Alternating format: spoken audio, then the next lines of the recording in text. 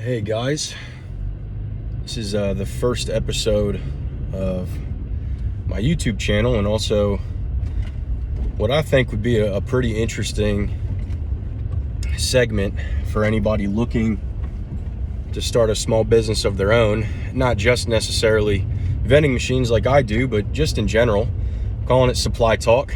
So every time I'm out doing something with my machines, whether I'm going to the bank, going to Sam's Club, refilling the machines, I figure I'll record a little video here and answer some questions regarding the business, talk about my thoughts.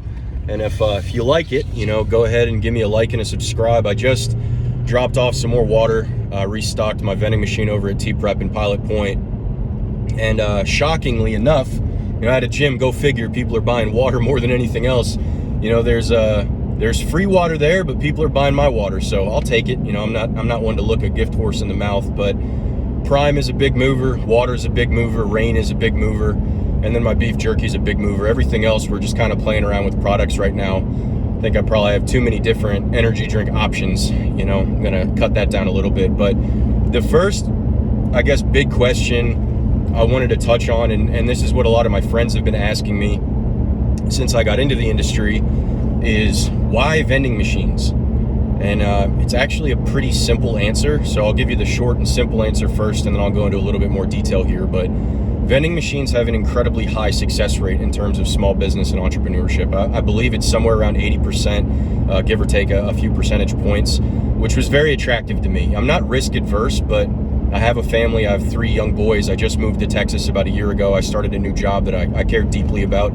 I love my day job, but I wanted to make a little something on the side without putting my family in too much financial risk. And vending machines are a great option if you're in that circumstance.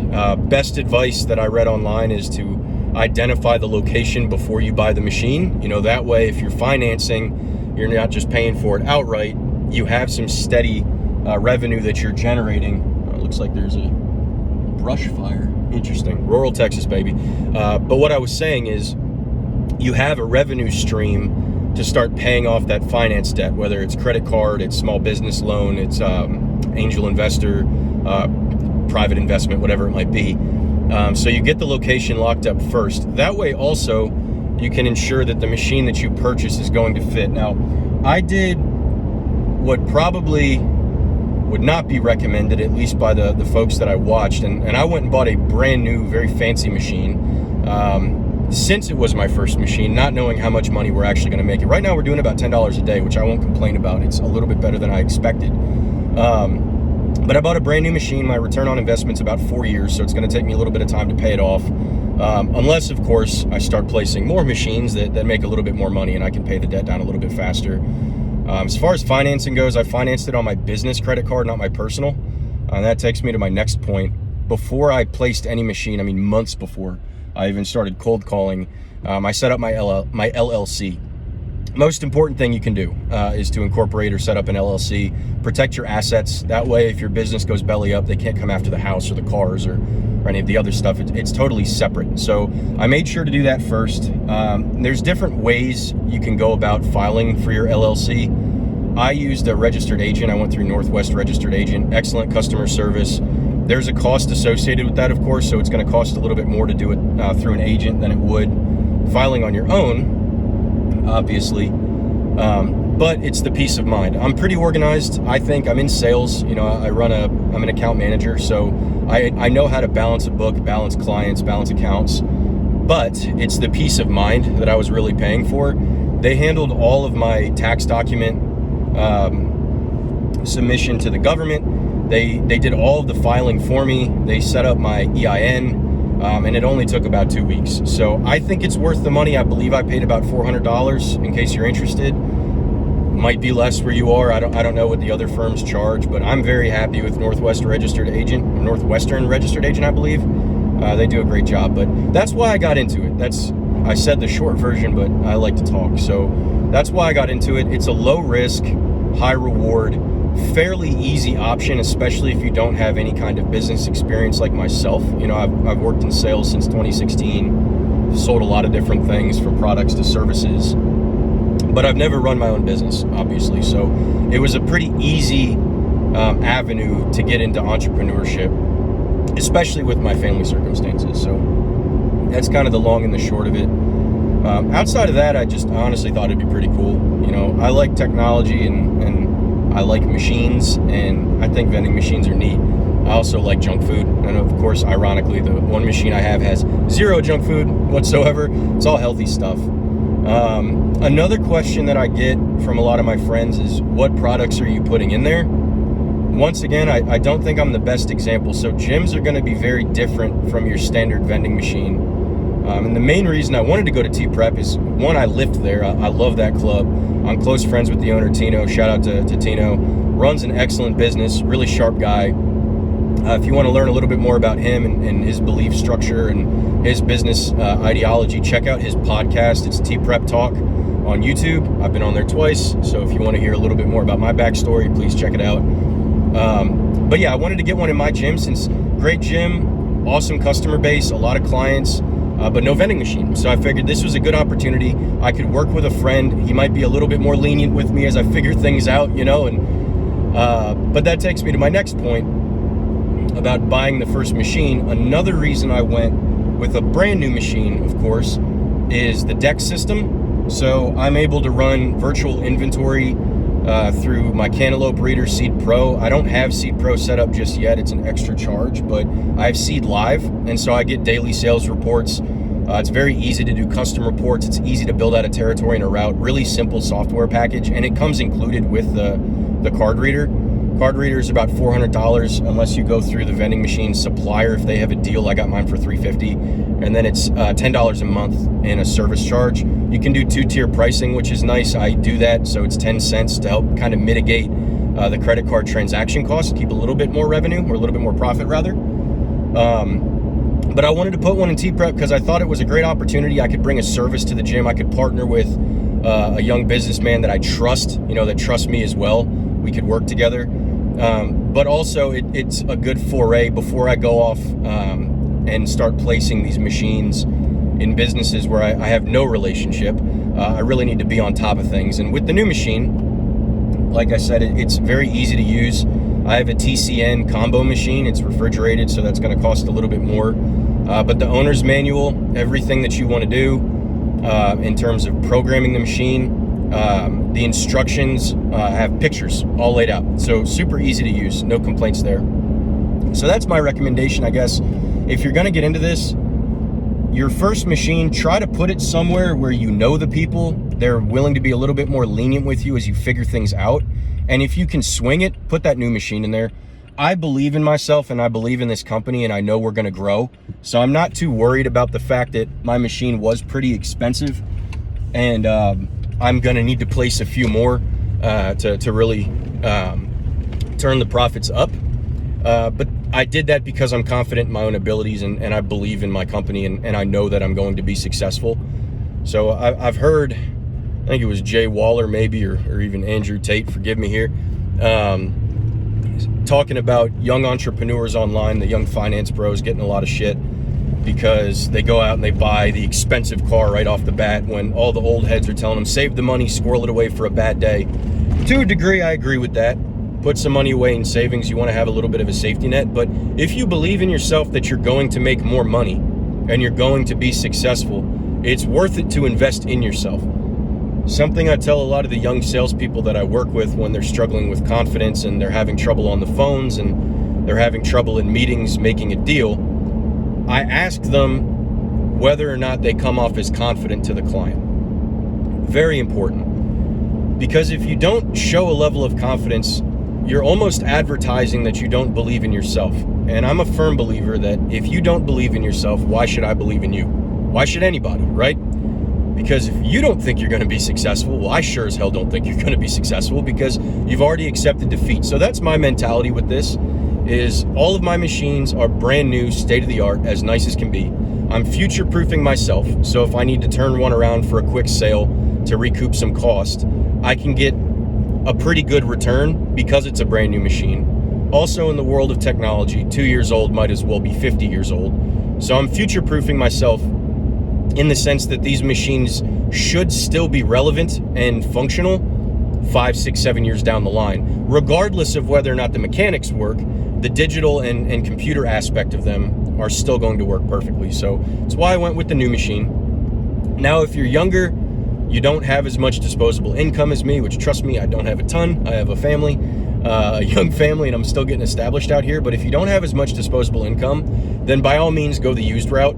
Don't put yourself in too much trouble. But if you do have the disposable income and you have the business background and you have the financing, whatever it might be, I would say take that risk on yourself, buy the new machine, put it somewhere where you can learn, test that out for about a month, and then from there start to scale. Next question that I've gotten a bunch is, how did you pay for it? I touched on this a little bit earlier in the video here, but I used my business credit card, which I don't know if that's necessarily the best idea. I know a lot of young folks, when they're getting started, they run up their credit cards because they don't have any other option. The bank that I went through was not willing to offer me a line of credit because I have, the business is brand new. I've done no sales at the time. And I guess the risk was too high. Maybe it's just my banker blowing smoke. I don't know. But I got a pretty good credit limit. I'm not even a third through my credit limit on the one machine. So pretty solid there. It's not going to impact my credit negatively to have it on there. But one thing to keep in mind, if you do finance through your credit card and you don't have a great credit limit, that you still have to buy the product to put in there.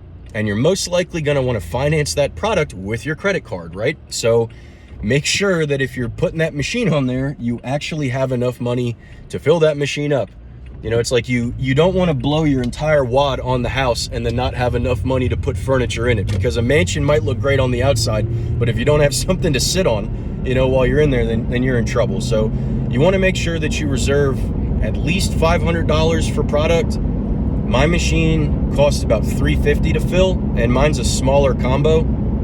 It's 6 rows across, 5 deep on drinks, up to 15 deep on snacks, but really the 11 deep is a little bit better for the bags of chips or like the protein products I put in there. So make sure that when you're doing this, you know, you reserve a little bit of funds to go out and actually buy the product so you can start making money on the machine. Another important aspect to keep in mind is to file with, I believe it's the comptroller, so you don't pay sales tax on the products that you purchase. Otherwise, you're going to pay sales tax at the time of purchase, and then you're going to pay a sales tax when you sell it. As a vending machine business, or I guess any resale business, I don't know about the others, I'm assuming it's the same. You file and you get this form, and you basically fill out all of the products you're going to buy. You present that at the cashier when you're at Sam's Club or wherever it might be, and then you don't pay sales tax on the products you're going to sell, because like I said, you have to pay a sales tax remittance on the products that you sell later, so you don't want to pay double tax. What else? Also, I think it's important to have a social media presence. So I'm not crazy active on social media outside of my business account. I have Instagram. You know, I was in college at one point, and I don't really post a lot. I put a lot of junk on my stories. It's pretty funny. You know, if you want to get a good laugh, like gym humor or sales humor, check me out. Gibson_the_Hawk. But I started a Hawk Vending Instagram page to advertise myself. You can check that out as well at Hawk Vending. Pretty simple. On there, I post pictures of my machines. I advertise as well for the businesses where I place, so I give shout outs. And I post fun stories on there as well about the gym, as well as different like vending memes and stuff. It's pretty fun. So I think it's important to have a social media presence. It's also why I'm starting the YouTube channel in the first place, because I think it's interesting. There's some pretty good YouTubers out there that have pretty solid content on vending machines. One area where I learned quite a bit, it's Upflip, great YouTube channel. Adam Hill Vending, he had a really cool episode. That's what really got me excited about vending and helped me to decide to go down that route. He walks you through everything step by step. He's got his own YouTube channel as well, I've watched. There's another guy, I think his name's Jamie Ibanez. He's based out in Fort Worth, so not too far from me. Another awesome YouTube channel. He runs a great business. Younger than me, but I look up to him as far as vending goes, because he's grown quite a bit since he started, and looks like he has a lot of fun doing it. So yeah, there's a lot of resources out there when it comes to starting any kind of a small business. Vending is no exception. it's really not a very difficult thing to get into. It just requires some time and effort like anything, but minimal. I'm able to run it as a side hustle. I do my resupplies on Saturdays, so it doesn't interfere with my day job whatsoever. And the goal in the short term is some side money. You know, eventually we'll see where it goes, but yeah, the goal is to build up some side income, help a little bit, I guess, to supplement with what I'm making in my day job, and to have my sons grow up in a house where their father owns his own business.